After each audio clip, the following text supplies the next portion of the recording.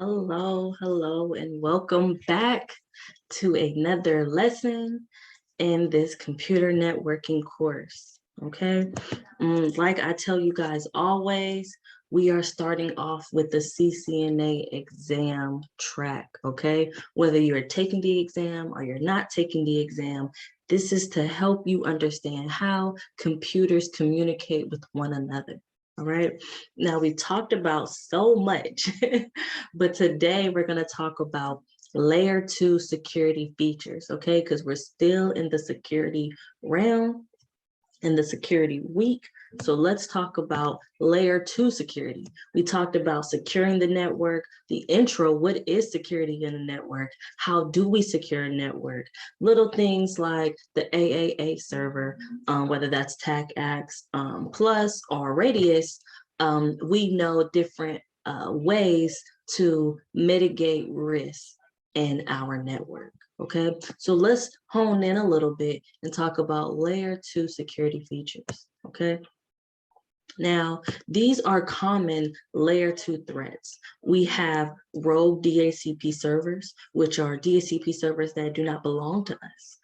So hackers will definitely create some type of DHCP server so they can allocate an IP address that it's theirs, and they can move along in the network and take our data.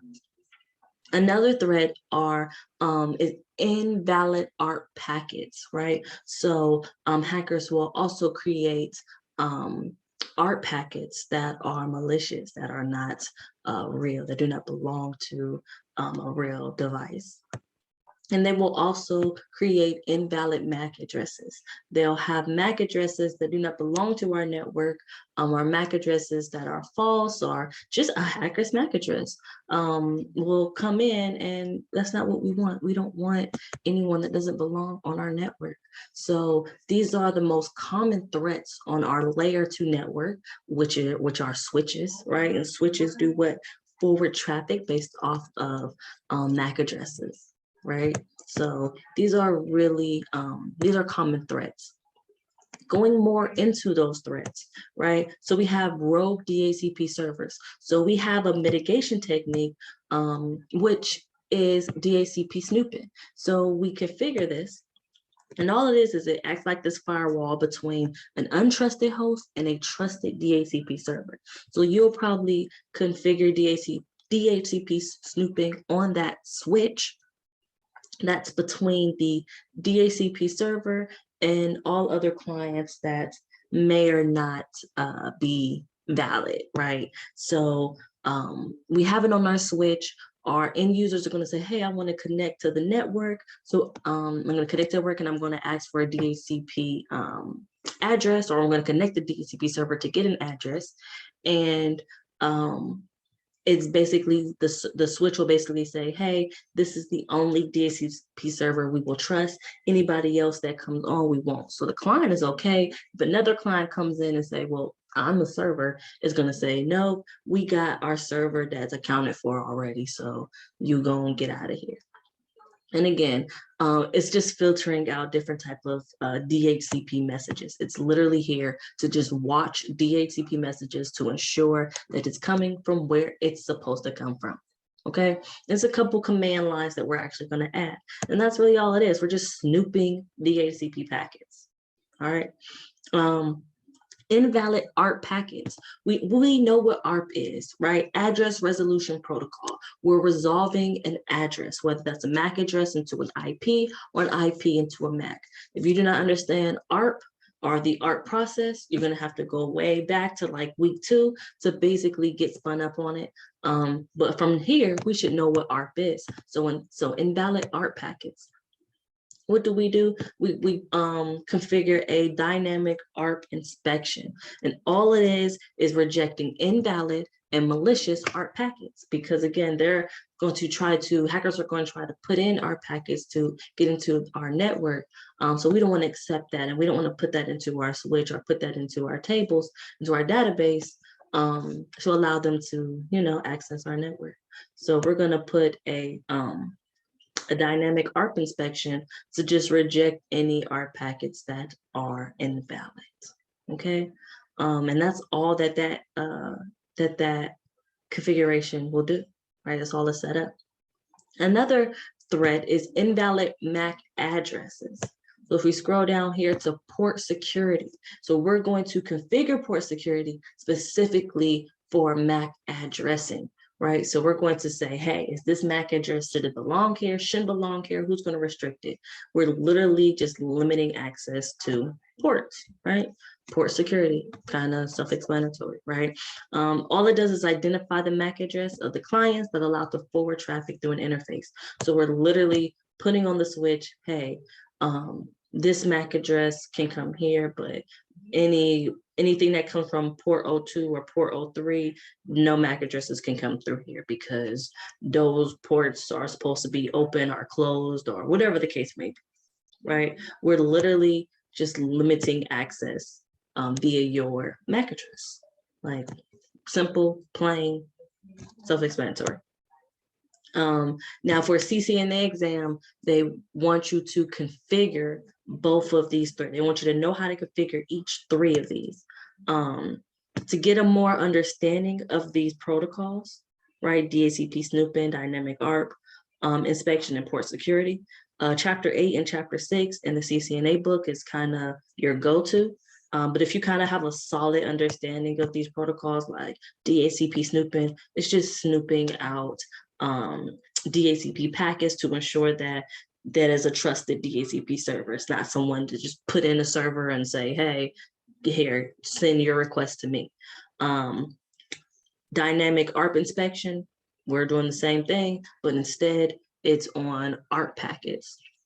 And then port security is all about limiting MAC addresses, limiting access to our network via MAC addresses. That's right, that's that. As long as you understand that, we can low-key move on.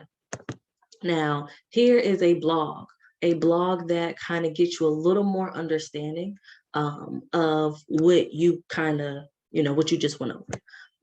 It went over 802.1 X, which we didn't go over, but it's just one of those IEEE standards for another port-based network control, access control.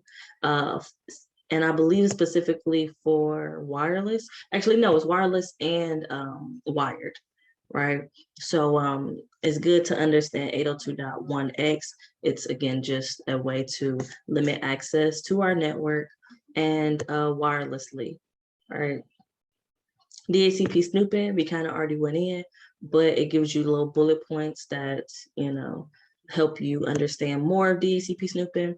Non-default native VLAN. We didn't talk about that, but that's something also that is a security feature, which is changing the native VLAN from the default VLAN, which is VLAN 1. The default VLAN is there for specific protocols. So we want to ensure that the native VLAN, which is, you send traffic when, there's no other VLAN you can tag to, then, other folks can just, or hackers can just come in and use that native VLAN right on in our network on it. So we want to change it to another VLAN that's not being used. Okay, VLAN 2, 3, 4, 99, whatever. Okay. Dynamic ARP inspection, again, rejects invalid and malicious ARP packets. We talked about that. And port security. Port security has a little more into it. Definitely make sure you understand that it is turned off by default, right? Only apply to access ports, AKA end clients. The port security cannot be applied to anywhere else in our network.